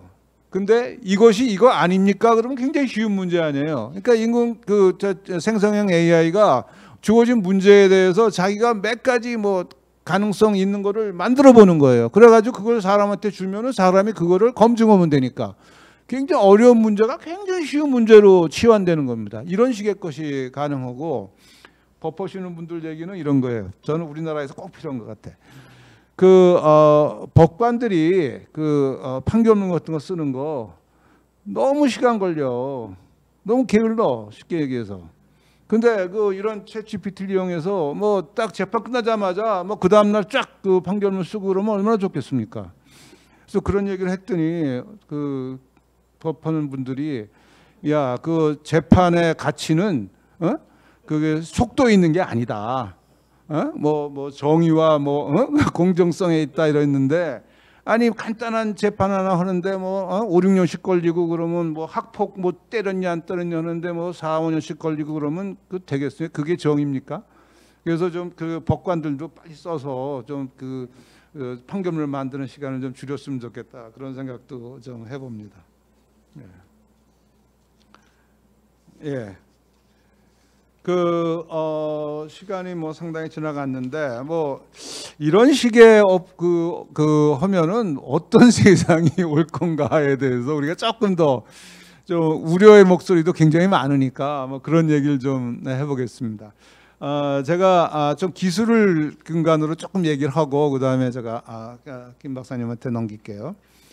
지금 인공지능이 나타나서 특히 이제 기계학습이라는 그 방법론이 나타나서 학문하는 방법이 완전히 바뀌어 버렸어요. 옛날에는 그 학문의 독특한 특성에 따라서 그 연구하는 방법이 조금씩 다 달랐는데 요새는 다 통일돼 버렸어요. 데이터 모아서 그냥 기계학습 모델에 집어넣고 기다리고 앉았으면 되는 거야. 그죠? 그 다음에 그게 이제 기계학습으로 통일되는 거야. 모든 그 문제 푸는 방법이. 그러더니 그게 이제 요즘에 이제 그 기반 모델이라고 커다란 모델을 만들어서 거기서 그거 조종하는 거 이런 식으로 문제가 가니까 이제는 모든 게 기반 모델이 다 처리 다 해버리는 거야. 그죠? 그래가지고 이제는 뭐 새로운 어떤 문제를 풀기 위해서 새로운 아이디어를 낼 필요가 없어. 그냥 기계에다 다 맡기면 되는 이런 세상이 되어간다. 이것이 바람직하냐 하는가 하는 거는 여러분들이 판단하셔야 될 것 같아요. 글쎄요. 근데 더구나 이런 뭐 기반 모델 같은 것이 만들 때 그 데이터가 편향돼 있기 때문에 뭐 잘못 만들 수도 있고 그다음에 잘못된 정보가 들어갈 수도 있고 근데 이걸 기반으로 해서 그다음에 엄청난 서비스가 막 만들어지는데 그것이 정당한 거냐에 대해서는 정말 고민을 많이 할 수밖에 없지 않습니까? 더구나 이런 기반 모델을 만드는 게 일부 강국 몇 개밖에 없는 거예요. 그러면 거기서 뭐 어떤 잘못 만들어졌다 어떤 식이든지 기술적으로 잘못 방향을 잡았든지 아니면 데이터가 잘못됐든지 잘못 만들어졌을 때 그 영향이 전 세계에 다 미치는 거다. 그래서 야 이거 이런 식으로 우리 인류가 한쪽으로 그냥 몰켜가는 게 그게 옳으냐 뭐 그런 고민을 안 할 수가 없습니다. 기술하는 사람들 입장에서는 뭐 이 얘기를 김 박사님 받으셔서 이런 식의 사회 문제를 좀 이끌어 주시기 바랍니다. 네. 예. 워낙 지금 교수님께서 거의 중요한 뭐 큰 테마들을 다 잡아주셔가지고 제가 사실 뭐 그게 큰 맥락하에서야 뭐 너무 다 말씀하십니다. 사실 근데 저는 그러니까 결국 뭐 사실 인공지능 이 기술이 발달하면서 지금 많은 윤리 원칙들도 나름 나오고 있고 뭐 EU 우리나라도 나오고 있긴 한데. 대체적으로 뭐 이것을 무엇이 문제다라고 한 가지 단어로 하기는 되게 어려울 것 같긴 하지만, 그러니까 대체적으로 이제 인공지능의 윤리 관점에서 봤을 때 일단 큰 용어로서 한 가지 단어를 보는 것 같습니다. 과연 이 인공지능을 믿을 수 있는가? 그래서 우리 신뢰 가능성, 그러니까 즉 신뢰 가능한 이 인공지능, trustworthy한 AI가 되느냐라는 것을 큰 테마로 잡고. 과연 그러면은 이것이 트러스트워시한 인공지능을 만들기 위해서 당연히 이제 기술자들의 엄청난 노력도 필요하지만 당연히 기술자들의 관점 외에도 이것이 트러스트워시한지 아닌지의 판단 문제는 사실 어떻게 보면 우리가 흔히 뭐 사회적 공감대란 말을 하지만 그 안에는 사실 좀 법과 원칙에 따라서 생각하게 되는 그런 우려 사항들이 있을 수밖에 없게 됩니다.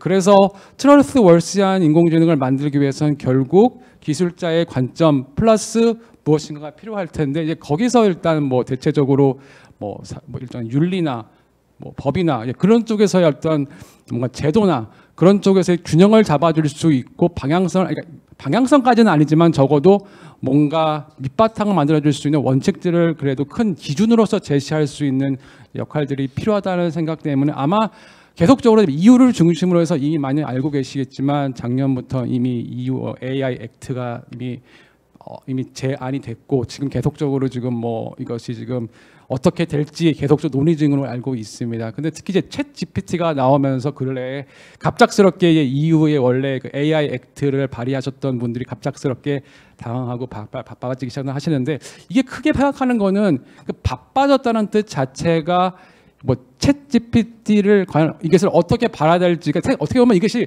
제도를 하시는 분들 가장 큰 우려 사항이긴 한데 섣부르게 너무 빨리 규제를 하다 보니까 생각지도 못했던 기술의 잠재력을 막는다라는 것들의 입장이 그래서 어떻게 그 당황스러움과 놀라움과 그런 것들이 어떻게 보면 EU 규제자들도 처음에 그러니까 AI 액트를 발의했을 때에 지금은 보니까 챗 GPT가 나오면서 갑작스럽게 생각지도 못한 기술이 튀어나오니까 이것들에 대해서 이제 규제를 어떻게 될지 당황스러움과 당혹감이 있었던 것 같습니다.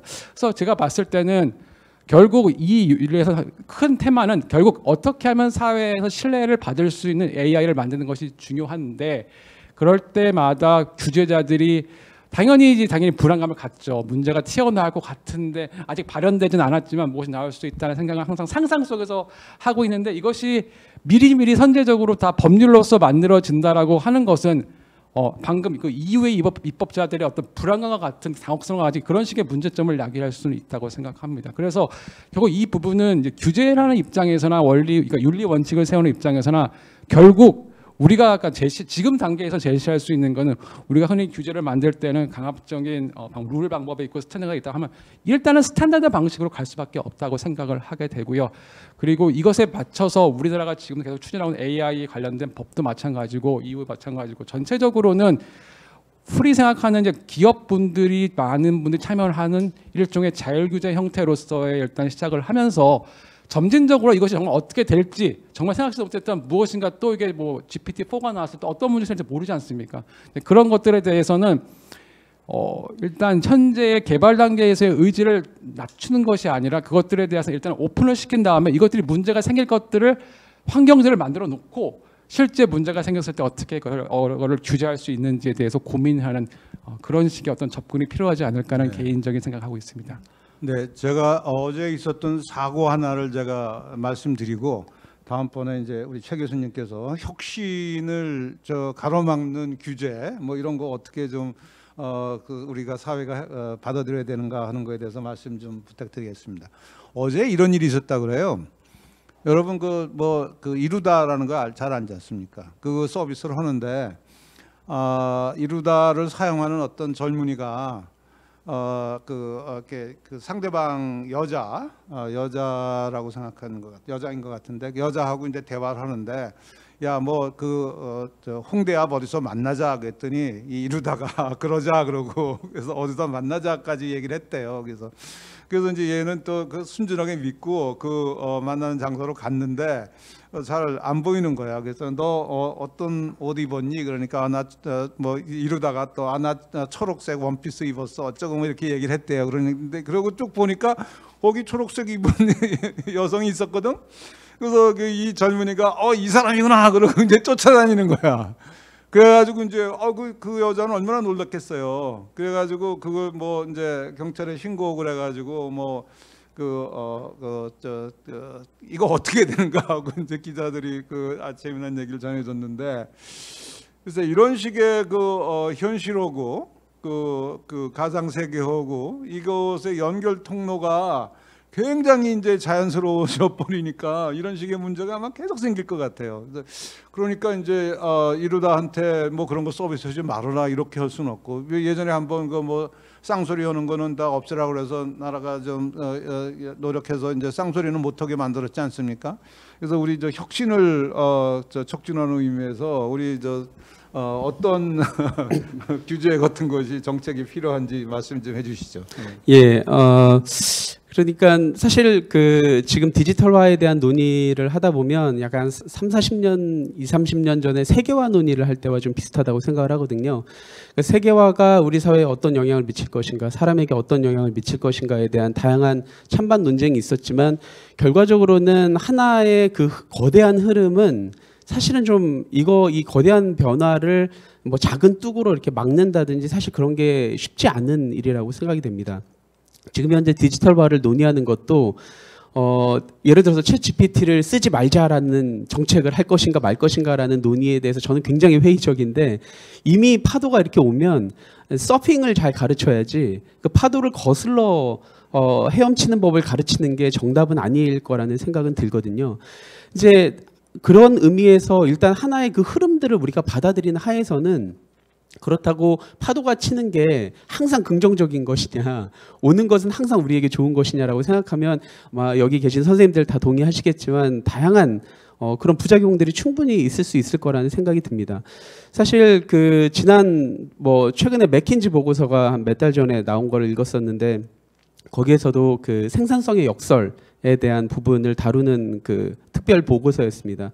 그러니까 지난 한 30년, 40년 동안 기술이 굉장히 많이 발전했다고 우리가 다 체감을 하고 있음에도 불구하고 생산성 증가율은 점점 영에 수렴을 하고 있고 성장률도 영에 수렴하고 있고 그리고 작년 11월 달에 KDI에서 발표한 2050년 장기 성장 경제 성장 전망률을 보면 2050년도에 0%가 될 것이다라고 전망을 하고 있고 많은 국제기구에서도 장기적인 경제 성장률을 높게 보고 있지 않습니다.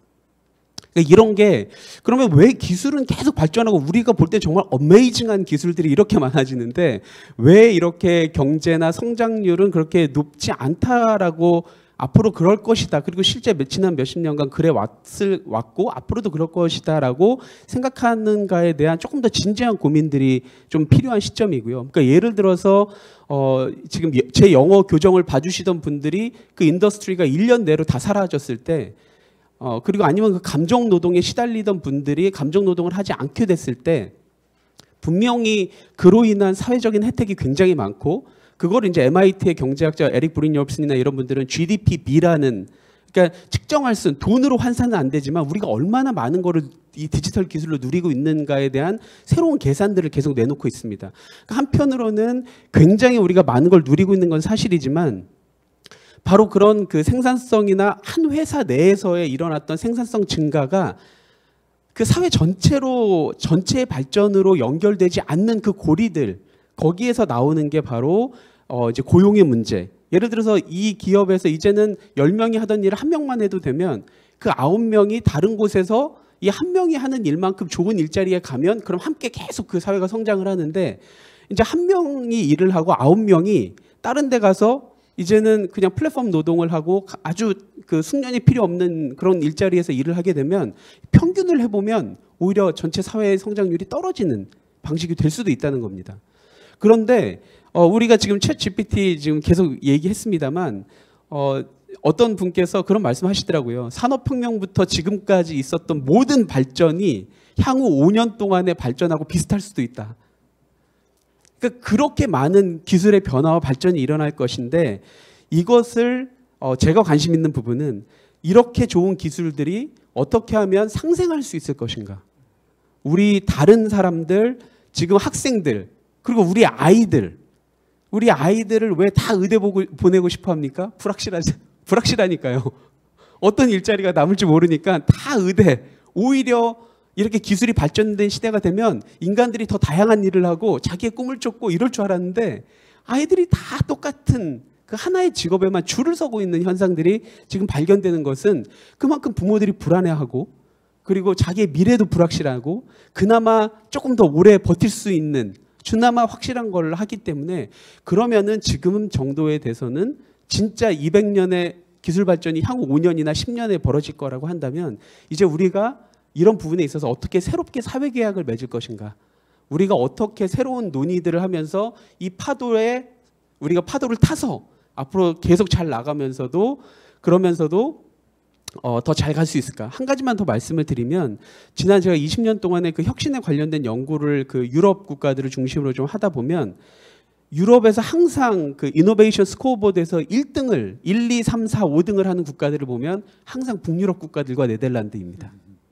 스타트업이 미국보다 더 잘 된다는 논문들이 나오는 곳이 북유럽 국가들인데 북유럽 국가들은 제가 실제로 가서 여러분들을 만나서 인터뷰도 하고 했었는데 왜 이렇게 다 창업을 합니까? 청년들이. 이제 이런 이야기를 하다 보면 아니 뭐 왜 굳이 남들이 시키는 일을 합니까? 어차피 어느 정도의 생활이 보장돼 있는데 자기 하고 싶은 일 하고 그리고 새로운 기술들에 대한 국민들의 저항이 없습니다. 이 일자리가 나의 생계를 위협할 거라는 생각을 하는 사람이 없기 때문에 뭐 우버를 반대하고 우리처럼 타다를 반대하고 이런 시위가 없는 나라입니다. 그러니까 어떻게 보면 만약에 기술이 발전하는데 지금도 이미 생계가 불안한 많은 분들이 이걸 위협을 받는 만약에 시스템으로 사람들이 받아들인다면 분명히 저항할 겁니다. 그리고 그 저항이 심할수록 규제자들은 새로운 그 파도를 막으려고 하는 새로운 규제들을 많이 만들어낼 것이거든요. 이 단계에서의 우리가 어떻게 재조정할 것인가에 대한 논의들이 지금 굉장히 저는 필요하다고 교수님 보고 있습니다. 그 지금 이제 타다 얘기했었는데 새로 나온 서비스가 기존의 그 기득권자들의 이익을 반한다. 뭐 그래서 이제 갈등 그런 것도 있지만 지금 그 우리 교육 현장을 보세요. 저는 이거 나온 다음에 제일 먼저 우리 입시제도 어떻게 바뀌어야 되는가 생각했어요. 자소서가 의미가 없잖아. 애들이 다 그 챗GPT에서 올 텐데 그거 선생님이 읽으면 뭐겠어. 그러니까 입시제도가 바뀌어야 되는 거예요. 그래서 이런 식의 그 세상 변화가 이런 거에 적응을 빨리 해야 되는데 이거 천천히 변하면은 진짜 갈등이 더 심화되는 거 아닙니까?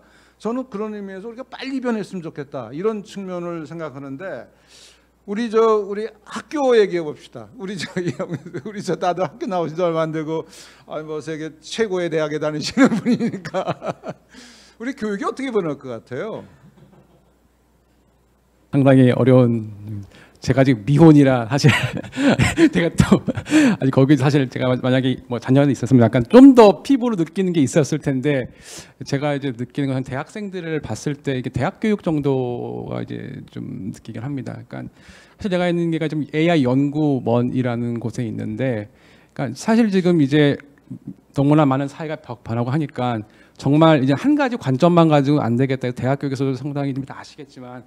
다양한 백그라운드, 그러니까 다양한 도메인 나이를 가진 지식들을 가진 인재들의 양성을 목표로 하고 있긴 합니다. 그래서 제가 있는 AI 연구원도 좀 다양한, 그러니까 단순히 공학 베이스뿐만 아니라 사회과학, 인문 베이스, 그러니까 모든 관련된 교수님들이 강의를 하십니다. 오셔가지고 그래서 실제 법대 교수님들도 오셔서 공작사를 가르치시고, 그러니까 그런 식으로 서로 이렇게 정말 융합적인 교육을 시키려고 노력을 하고 있긴 합니다. 근데 이제 문제는 그러면서 뭔가 이제 정말 말씀해주셨지만 앞으로가 정말 뭔가 융합적 인재가 되면은 정말 앞으로는 정말 더 좋은 직업을 가질 수 있겠다라는 그런 청사진을 사실은 이제 대학 차원에서 보여주면 좋은데 그게 아직 지금 이제 성성 단계이다 보니까 예를 들어서 뭐 이렇게 그런 융합적인 학문을 만든다고 해서 뭐 대학원 과정들을 할 때 예를 들어서 뭐 되게 뭐 자율 예를 들어 뭐 드론 학과 아니면 뭔가 융합적인 말을 쓰는 학과들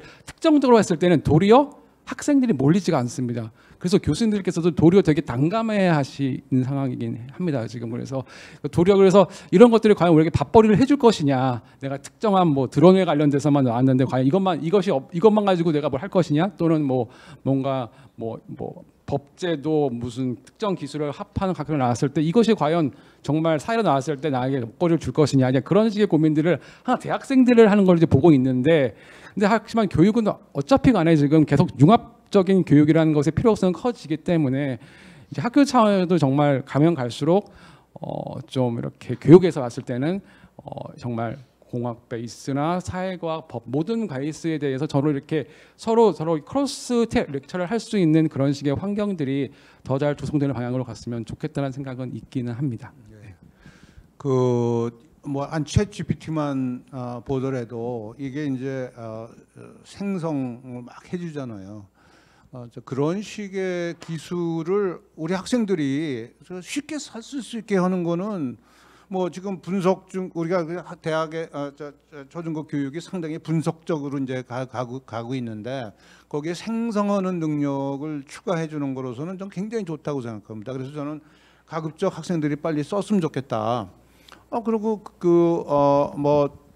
프로페셔널 화가, 음악가, 그런 디자이너 이런 사람한테도 최고의 세상에서 제일 좋은 기술이 도구가 나왔는데 그거 쓰지 않고 옛날 방식으로 하는 거는 바보죠. 그러니까 빨리 배워서 써라. 그래서 문화부 같은 데다 얘기를 하고 있습니다. 당신들 빨리 가서 우리 미술가 협회 그런 데하고 같이 교육 프로그램도 좀 하고 뭐 그런 거 해서 멋진 거 만들어 봐야 되지 않습니까? 저는 이런 기술의 주체는 결국은 사람 아니에요? 사람이 그거를 이용해서 쓰는 거고 그 모든 책임도 사용하는 사람한테 남겨놔야 되는 거죠. 그래서 지금 인공지능이 신뢰가 어떠니까 문제점이 있으니까 쓰지 말자가 아니라 책임지고 써라라고 이렇게 자꾸 압박을 해야 되는 게 아닌가 이런 생각을 좀 하고 있고요. 그런 의미에서 지금 하여간 사회적으로 지금 논쟁이 되고 있는 특히 이제 생성형 AI를 하면은 저작권 문제 이런 거 굉장히 이제 문제가 심각하지 않습니까? 이런 거를 우리 사회가 어떻게 할 건가? 저는 며칠 전에 특허청 분들하고 대화하는데 특허라는 거 제도가 산업 사회에서 되는 거지 이제는 더 이상 의미가 없어진 거 아니냐? 아까 말씀드렸듯이 데이터 모아서 학습 모듈에 집어넣어 버리면 지식이 거기서 막 튀어나오는데 그런 상황에서 이게 어떤 게 내 거고 어떤 게 남의 겁니까? 그래서 이런 식의 세상 변화를 우리가 좀 빨리 가지 않으면은 진짜 우리는 그 좀 어려운 상황이 될 거다. 근데 나라별로 따지면 그래도 우리나라가 좀 빨리 가는 편이라서 좀 다행이긴 한데 뭐 이런 큰 차원에서 이런 거를 고민하고 우리 학교에서 아니면 뭐 초중고등학교는 물론이고 대학 그다음에 일반 직원들 교육에서도 이런 디지털 교육, 인공지능 같은 것들이 일상화되도록 교육하는 거 굉장히 좀 필요하다 이렇게 주장을 하고 있습니다. 윤영진 이런 내 말 받아서 좀 추가 좀 해주세요. 아, 네네. 그 교육 관련해서 말씀 나누시면서 좀 생각을 쭉 해봤는데요. 챗GPT가 뭔가 이렇게 보고서도 대신 만들어줄 수 있고 이제 그런 것들을 보면서 학생들이 이거를 진짜 과제하는데 쓰고 이러면 어떡하나 이런 우려가 있긴 합니다만 그거를 좀 긍정적으로 잘 활용할 수 있도록 교육에 활용을 해야 될 것 같아요. 예를 들면 저희가 뭐 계산기나 컴퓨터가 발전했다고 해서 초등학생들에게 산수를 가르치지 않는 그걸 꼭 가르쳐야 되잖아요. 마찬가지로 글쓰기도 학생들에게 반드시 잘 가르쳐야 되는 거고 오히려 이 생성형 AI가 나옴으로써 그거에 대한 베이스라인을 잘 그어줬다라고 생각합니다.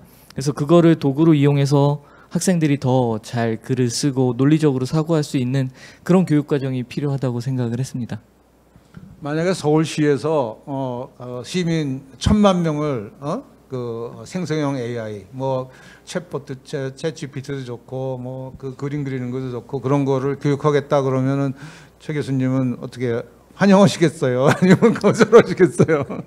제가 이번 학기 첫 수업에 들어가기 전에 챗 GPT에게 이 생성형 AI 시대에 내가 학생들에게 무엇을 가르쳐야 되겠니? 어떤 역량이 학생들에게 제일 중요하니라고 물어봤을 때 그때 나왔던 이제 대답이 뭐 이제 이런 거였습니다. 창의성, 혁신, 토론, 그리고 윤리적 ethical decision making, 그리고 이제 데이터 리터러시, 데이터를 읽고 그리고 판별할 수 있는 능력, 뭐 이런 내용들, 그리고 이제 협력, 콜라보레이션을 굉장히 중요하게 또 얘기를 했던 것 같고요. 근데 이 다음에 물어봤더니 답이 또 바뀌더라고요. 그래서 뭐 이걸 이제 믿을 수는 없습니다만 여튼 그 보면서 대체로 이제 고개가 끄덕여지는 이제 그런 부분이었던 것 같고, 말씀하신 대로 사실은 이 데이터를 읽고 이해할 수 있는 능력들은 굉장히 중요하기 때문에 사실 그런 교육들은 그게 이제 소수만이 이런 것들을 계속 앞서가게 되고 다수가 떨어지게 되면 그것이 바로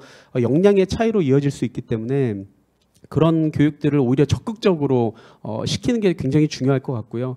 이제 아마 이제 문화예술인 부분을 우리 교수님께서 많이 말씀해 주셨지만 거기도 이제 하나의 굉장히 딜레마의 영역이거든요. 이제 한편으로는 AI 이제 막 발전되는 것을 적극적으로 받아들여서 이것을 새로운 그 창조의 도구로 활용해야 되는 하나의 그 부분이 있다면, 다른 한 부분은 우리 이제 문화예술 시장 같은 경우가 공급은 굉장히 많은데 수요가 굉장히 작은 부분이라서 굉장히 많은 문화예술인들이 어렵게 살아가고 있는 부분이라서 이런 분들의 또 생계에 대한 부분들이 계속 그런 정책으로서 압력이 들어오고 있는 부분입니다. 근데 이 두 가지가 이게 만났을 때 긍정적인 시너지를 일으키기 위해서는 말씀하셨던 한편으로는 이제 그런 지원 제도가 필요할 것이고, 다른 한편으로는 이런 기술들이 빨리 더 많은 사람들이 긍정적으로 활용할 수 있는 그런 플랫폼이라든지 좀 더 직관적으로 이고 또 쉽게 와닿을 수 있는 그런 부분들을 계속 좀 발전시켜 나가야 될 그런 부분들이 있는 것 같습니다. 예, 감사합니다. 예, 하여간 그러지 않아도 지금 참 어려운 예술가, 그림 그리시는 분들, 노래하시는 분들, 이런 분들이 자 이런 식의 그 기술들이 이제 확산됨으로써 더욱 어려워지면 어떡하나 하는 게 다들 걱정입니다. 그래서 그 다음에 아까 잠깐 말씀드린 대로 기반 모델이란 것이 그 획일성을 강조하잖아요. 기술도 획일화되고, 그 다음에 딥러닝으로 가면은 뭐 그 모델도 CNN, 뭐 RNN 해가지고 그 모델도 아주 획일화되고, 그것을 가지고 이제 그 기반 모델을 만드는 거 그 자체도 이제 몇 나라가 만들고 몇 회사가 만들어서 모든 사람이 다 써라 그러면 그게 또 획일화되잖아요. 그렇게 되면은 문화의 다양성 같은 거 굉장히 저해되는 게 아닌가. 문화는 다양성이 생명인데 그걸 갖다가 모든 기계 써서 똑같이들 다들 만들어 앉았으면은 어디서 다양성이 나옵니까? 그러니까 꼭 그게 이런 것을 꼭 써야 된다라고 강요할 이유는 절대 없는 거거든요. 근데 이런 기술을 안 쓰시는 분들도 생존할 수 있게 만들어주는 게 우리 사회가 해야 되는 일이 아닌가 이런 생각되고, 또 하나 걱정스러운 건 우리 김 박사님한테 요청드릴게요. 우리가 인터넷 맨 처음에 나왔을 때 디지털 디바이드, 그죠? 인터넷 액세스 할 수 있는 사람하고 없는 사람하고 세상 사회적인 그 능력의 차이가 생기고 수익의 차이가 생기고 그러는 거를 걱정했지 않습니까? 점점 더 심해질 것 같은데 그 점에 대해서 좀 이렇게 좀 말씀 좀 한번 해주시죠. 어떻게 우리가 그걸 극복할 수 있을까? 응? 사실 저야말로 그 피해자가 느껴지는데 너무 저는 이제 법 쪽에 있으니까 정말 저는 거의 막 볼 때마다 정말 나중에는 정말 속된 말 던져 버리고 싶다. 너무 어떻게 이거를 내가 공부를 하고 내가 스스로 이해를 하고 내가 좀 나아지면은 다른 분들한테 정말 알려드리고 그렇게 하려고 해도 너무 빠르게 변하다 보니까 제가 디지털 디바이드에 이미 저는 소수에 있다고 저는 이미 생각을 하고 있습니다. 정말 규제자로서는. 그러니까 특히 정말 저같이 법을 공부하시는 분들은 아마 더더욱 그런 위기감들을 많이 제 주변에 있는 같은 대학원생들도 그렇고 같이 공부하시는 분도 그렇고 다들 위기감들을 안 느낄 수가 없습니다. 그러니까 디지털 디바이드라는 게 정말 어떤 경제적인 약자 강자라는 그런 맥락 하에서 정말 그런 것도 있겠지만 디지털을 잘 접근할 수 있다 없다 아까 잠깐 말씀드린 거 그래서 융합적 공부가 좀 연구가 많이 필요하다는 생각을 합니다. 그래서 정말 저같이 디지털 디바이드에서 피해자 특히 문과 학생들이 좀 그럴 수 있긴 할 것 같긴 한데 정말 문과 학생들 분들한테 자꾸 이렇게 좀 이런 기술적인 것들을 더 잘 접근할 수 있도록 정말 대학 교육에서의 약간 그런 것들이 접근법이 많이 필요하다고 생각이 들고요. 당연히 대학 교육 맥락이 아니더라도 이제 일반인들까지 넘어간다고 하더라도 계속 말씀드렸지만 정말 계속적인 교육은 그 필수인 것 같습니다. 그러니까 어쩔 수 없이 정말 이런 것들이 어떻게 변하고 있는지 사실 이제 지금 이 챗봇 지금 챗 GPT가 나오기 전까지는 사실 우리 소비자들 일반인들이 느끼기에는 계속 인공지능이 사회를 혁신한다는데 이게 피부로 느껴지진 못했던 것 같아요. 근데 갑자기 이게 딱 오니까 이때부터 이제 피부로 느껴지기 시작한 단계가 된 것 같은데 그러니까 지금부터 정말 어떻게 보면 정말 큰 일반인들 분들도 진짜로 이제 디지털 디바이드로 해서의 어떤 그런 위기감들을 많이 느낄 것 같고 결국 이런 역할들에 대해서는 결국 정보기관 분들께서 아마 해주셔야 될 것 같기도 합니다. 그래서 그런 의미 주체로 해서 정말 특히 이런 것들을 통해서 정말 이 현재의 AI에서의 어떤 그런 지식 격차에 대해서 최대한 나름대로의 어떤 접근성을 높일 수 있는 그런 식의 기반 시설들이나 그런 교육 제도들, 교육 같은 그런 것들을 계속 접근할 수 있는 그런 식의 어떤 시스템을 만드는 것이 더욱 필요하다고 생각은 듭니다. 저는 제가 지난 한 20년 동안 우리 초중고등학교에서 소프트웨어 교육을 시키자, 코딩 교육을 시키자라는 얘기를 계속 하고 다녔던 사람이고, 지금 하여간 어느 정도 제도권에서도 이제 코딩 교육을 시키긴 하는데 굉장히 시간도 적고 지금 세상 변하는 거를 쫓아갈 정도로 안 되는데 가장 큰 문제는 우선 가르칠 사람들이 이게 준비가 안 돼 있다는 거예요. 그래서 물론 교육부나 정부가 굉장히 노력을 하는데. 우리 선생님들이 좀 이렇게 인공지능 같은 거에 좀 잘 노출됐으면 좋겠다라는 생각 들고 아까 법 얘기인데 제가 몇 전에 우선 토론회 가가지고 우리나라 법조 애들이 너무나 그거 뒤져서 걱정이다라고 그랬는데 법 하시는 분들도 좀 이렇게 이런 거에 많이 사용했으면 좋겠다 그런 생각되고. 다행스러운 거는 이제 알파고 때문에 우리가 이제 많은 분들이 깨우쳤고 이번에 챗 GPT 때문에 우리가 선두로 가는 게 아닌가 저는 그런 기대를 해봅니다.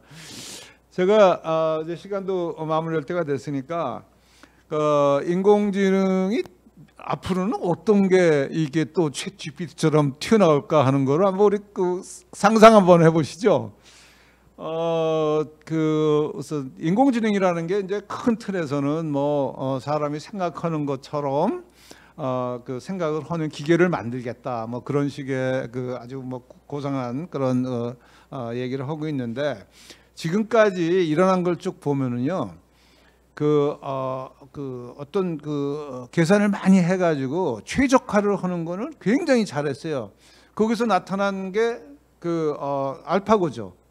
그래서 여러 개 중에서 어떤 게 제일 좋은가를 고르는 거 이런 거는 이미 우리 산업에서 많이 쓰이고 있습니다. 그래서 이게 지금 기계가 소리가 이상한 소리가 나는데 이거를 계속 작동을 시키는 게 좋은지 아니면 작동을 중단하고 하는 게 좋은지 하는 거를 판단하는 것 같은 거 최적화 기술로 다들 하고 있고요. 이런 기술이 많이 발전했기 때문에 이제 정밀도가 굉장히 상향이 됐어요. 그죠? 그래서 어떤 물건을 어떻게 보내는 게 가장 좋은가, 그 다음에 뭐 이런 식의 것들이 이제 현장에서 많이 쓰이고 있죠. 물류 최적화 이런 식의 문제로. 그 다음에 이번에 그래서 이제 알파고가 나타나서 이제 우리들 굉장히 그것도 큰 틀에서 인공지능이라고 얘기했는데 이번에 나타난 그 알파고는 차원이 좀 다른 거예요. 최적화하는 기술이라기보다는 인지작용을 모방하는 거예요. 언어 구사하고 그림 그리고 뭐 이러는 거는 사람만 하는 건 줄 알았는데 이놈이 그거를 흉내내서 뭐 나처럼 잘한단 말이에요. 어쩌면 나보다 더 잘한단 말이에요. 그러니까 이제 이렇게 되면은 그 사람처럼 만들어지니까 우리가 기계를 사용하는데 굉장히 편하겠죠. 기계들이 다 이런 식의 능력 가지면은 내가 기계한테 야 이렇게 해줘라고 말로 명령하면 이게 알아서 지가 다 할 테니까. 그러니까 그리고 뭐 예술 작품 같은 거 막 만들어내라 그러고 내가 좋으면 그거 골라 쓰고 아니면 버리고 그러면 되니까 뭐 이런 식의 그 인지작용 모방하는 게 이제 큰 이번에 성과를 보여준 것 같고요. 세 번째는 저는 다음번 이런 큰 이벤트가 그 성과가 자동화 부분에서 나타날 것 같아요. 상당히 놀라운 건데 자동화가 됐어요. 뭐 로봇 같은 게 깡충깡충 뛰고 그러는 거 다 봤잖아요. 그걸 이제 떠나서 이제 지금까지 했던 그 인지작용하는 거, 그 최적화하는 능력을 다 갖춰가지고 로봇이 나타났는데 뭐 굉장히 뭐 자동화 수준이 높더라. 그러면 우리가 또 한 번 이제 더 충격을 받겠죠. 이게 피지컬한 로봇까지를 우리가 눈으로 볼 수 있다 그러면은.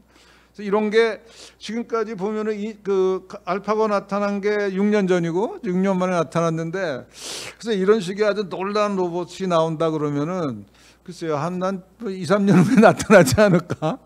우리 준비하고 있어야 될 것 같은데 어떻게 생각하세요? 우리 윤영진. 네, 저희 네이버도 지금 로봇을 개발하고 있고 하긴 합니다. 말씀하신 방향으로 가긴 갈 것 같습니다. 근데 그 시점이 이제 특이점이 온다라고 표현할 수 있을 것 같은데요.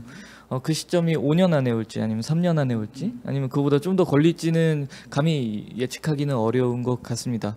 네, 그런 세상이 빨리 왔으면 좋겠고요. 저는 오히려 좀 더 이렇게 산업 측면에서 봤을 때는 좀 더 가까운 미래에 그리고 앞으로의 방향성을 바라본다면 이 AI를 개발하는 그 회사들의 좀 부류들이 나뉠 것 같습니다. 뭐 오픈 AI나 구글이나 이런 그리고 국내에서는 네이버나 카카오와 같은 좀 빅테크 기업들은 이런 파운데이션 모델 그 백본 모델을 개발하는데 좀 더 이렇게 집중을 할 것 같고요. 그 외에 다른 중소기업들이나 스타트업들은 그 생태계 위에서 수많은 어플리케이션들을 개발하는 그런 두 가지로 나뉠 것 같은데 그 어플리케이션을 개발하는 쪽도 상당히 각광을 받게 될 것 같고 그쪽에서 어떠한 좀 사례들을 만드는지에 따라서 저희의 앞으로 미래의 생활이 좀 더 나아지거나 좀 새로운 것들을 볼 수 있지 않을까 그 정도의 기대를 해봅니다. 제가 AI를 공부한 사람으로서 이렇게 오늘 같이 이렇게 우리가 기대를 마음껏 부풀려 놓고 그냥 헤어지면은 좀 잘못하는 것 같아요. 그래서 인공지능이 그렇게 잘하지만 못하는 것도 있고 약점도 있다는 얘기를 조금 하고 이거 끈을 내야 될 것 같은데 우선 지금 인공지능 하는 방법이 너무나 많은 계산을 요구를 합니다. 심지어는 야 이런 거 하다가 지구 온난화로 인류 다 망해 이런 얘기가 나올 정도로 전기를 많이 쓰고 있어요. 근데 사람이 이제 그런 능력을 하는데 그게 전기 많이 에너지 많이 안 쓰잖아요. 그러니까 지금 하는 방법이 뭔가 더 좋은 방법이 분명히 있다. 저는 그렇게 생각하고요. 아마 그거를 이제 우리 젊은 연구하시는 분들이 빨리 발견을 해서 그 더 에너지 조금 쓰고 조그만 데이터를 잘 배우고 우리가 뭐 진짜 뭐 4테라바이트의 문서를 읽어가지고 지식 능력이 지적 능력이 생긴 게 아니잖아요. 책 조금 뭐 읽고도 아는 척하고 그러지 않습니까?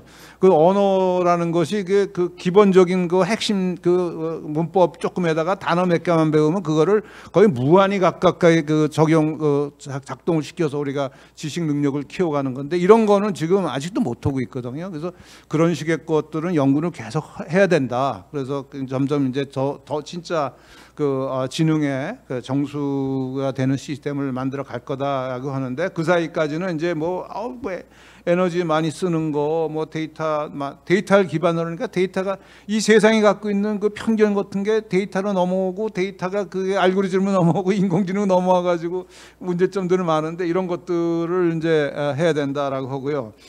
그 다음에 편견 문제는 얘기했고, 그 다음에 여러분들 그게 한 2년 전이네요. 2년 전에 테슬라 자동차가 고속도로에 들어놓여 있는 트럭을 두들겨 박았어요. 근데 그게 자동 그 주행 알고리즘이거든요. 근데 그 테슬라 자동차가 트럭이 뭔지는 모르고 길거리로 나갔을까요? 배웠어요. 다 배우고 트럭이란 게 뭐다. 트럭은 바퀴가 있고 뭐 박스가 있고 앞에는 헤드라이트 있고 이런 걸 다 배웠는데 왜 거기 들어놓여 있는 트럭을 뚫고 박았느냐? 테슬라가 배운 트럭은 서 있는 트럭만 배웠지 들어놓여 있는 트럭은 못 배운 거야. 이게 인공지능의 약점입니다. 배운 것만 아는 거예요. 사람은 어떻죠? 하나를 배우면 10개를 알아요. 지금 인공지능은 그런 능력이 없어요. 하나를 배우면 하나만 압니다. 그리고 이게 뭘 배웠는지도 몰라. 물어보면 문다고 얘기를 하나요? 나 뭐뭐 배웠어? 얘기할 수가 없잖아요. 그러니까 굉장히 제한적으로 밖에 쓸 수 없는 거다. 그러니까 이거 그냥 인류의 운명을 결정하는데 인공지능을 써라. 그러시면 절대 안 됩니다. 항상 조심해서 써야 되고 그 다음에 인간이 통제할 수 있는 그런 환경 하에서만 써야 된다. 그래서 저는 무기 체계, 자동 무기 체계에 인공지능이 들어가는 건 우리가 절대 반대해야 됩니다. 이게 지가 알아서 사람 막 죽이고 다니면 어떡합니까? 이제 그런 식의 거 우리 다 같이 고민하고 그다음에 이게 우리가 인류의 통제하에서 벗어나지 않도록 하는 노력 이런 거 굉장히 중요하다라고 말씀드리고 뭐 연구하는 사람한테 어떤 컨스트레인트를 드리는 것 같아서 죄송합니다만 그렇지 않으면은 우리 이런 기술 개발하다가 우리가 그냥 다 인류가 문명이 다 망가지고 망가질 수도 있다. 그래서 그 약점도 항상 결정을 하고 다시 말하면 이 현 기술의 능력과 한계를 잘 알고 활용을 해야 된다. 그러니까 지금처럼 뭐 이렇게 창작해서 저한테 갖고 와서 이거 어때요라고 물어보는 거는 오케이. 근데 물어보지 않고 지가 결정해 버리는 거는 얘한테 시키면은 좀 곤란하죠, 그죠? 그래서 그런 걸 해서 우리가 인공지능을 잘 활용해서 도구로 잘 사용해서 그 모든 의사 결정의 주체는 인간이다. 뭐 그거는 절대 우리가 놓쳐서는 안 된다 이런 말씀을 드리겠습니다. 뭐 마지막으로 한 말씩 하시고 그 정리를 하죠. 예, 작년만 해도 기술적 특이점이 뭐 10년이 될지 20년이 될지 보통 이런 표현으로 이야기를 했는데 우리 윤 선생님께서 3년이 될지 5년이 될지 이렇게 말씀하시니까 확 와닿습니다. 이게 진짜 장난이 아니구나 이제 이런 생각이 좀 드는데요. 이제 한국이 제조업을 중심으로 성장할 때는 기업하고 사회가 함께 논의를 하면서 발전하지 못했기 때문에 그 유산이 항상 지금 갈등으로 지금 많이 남아 있거든요. 이번에 3년, 5년 많이 남지 않은 것 같은데 오늘도 협회에서 저처럼 이제 사회나 정책을 공부하는 사람을 불러주셔서 너무 감사한데요. 조금 이번에는 너무 기술과 사회가 따로 가지 말고 좀 이렇게 함께 많이 좀 논의를 하면서 더 좋은 사회, 더 인간을 위한 더 좋은 기술을 어떻게 만들 것인가에 대해서 많이 좀 논의를 하면서 저희가 5년이 지났을 때 특이점이 왔을 때도 많은 사람들이 이 모든 기술들을 긍정적이고 좀 더 포용적으로 받아들일 수 있는 그런 환경이 좀 마련됐으면 하는 마음이 오늘 좀 말씀을 나누면서 좀 들었습니다. 감사합니다. 네, 저는 뭐 이제 회사에서 일을 하다 보니까 계속 이제 MS라든지 오픈 AI라든지 구글이라든지 뭐 이런 회사들을 계속 쫓아가면서 쳐다보면서 저희의 기술을 바라보면서 사업을 고민을 했었는데 오늘 이 자리를 통해서 이야기를 들어보니 사실 그런 이제 산업적인 부분뿐만 아니라 정책적인 부분, 사회적인 부분도 계속 대화를 해 나가면 더 좋을 것 같다는 오늘 생각을 들게 하는 그런 좋은 자리였습니다. 네, 감사합니다. 예. 뭐 결국은 기술과 사회, 뭐 기술과 규제, 뭐 기술과 정책과의 대화가 정말 중요하다는 게 뭐 오늘 이 자담회에서의 결론 같고요. 저도 정말 사실 저가 정말 학생의 기분으로 말씀하신 거 정말 너무 잘 들었고 스스로 배우면서 뭐 말씀드렸는데, 저는 기술과 규제 관점은 잠깐만 아까 말씀 못 드렸던 걸 한 가지만 더 언급을 드리면 결국 뭔가 더 하나 만드는 것도 뭐 의미가 있겠지만 기존에 있는 법 규제 중에서 현재 이제 그 AI 발전에 약간 영향을 줄 수 있는 한 가지 법에 대해서 말씀을 드리면 개인정보 보호법 하나 있습니다. 그래서 사실 데이터 수집이 가장 문제가 되는 걸로 알고 있는데 지금도 이제 아쉬운 분들은 현재 개인정보 보호법이 지금 개정안이 확정이 돼서 9월부터 공포되는 걸로 알고 있긴 한데, 이게 갈수록 어쨌든 보면 이렇게 전체적으로 데이터 산업이 정말 중요한 환경에서 결국 개인정보 보호까지, 특히 그 중에서 이제 데이터 수집 부분이 정말 중요하니까 그 관련해서 이제 기업분들에게 어떻게 하면 더 실질적인 활용과 보호가 가능한 그런 식의 규칙을 만드는 것들이 또 저희 같은 이제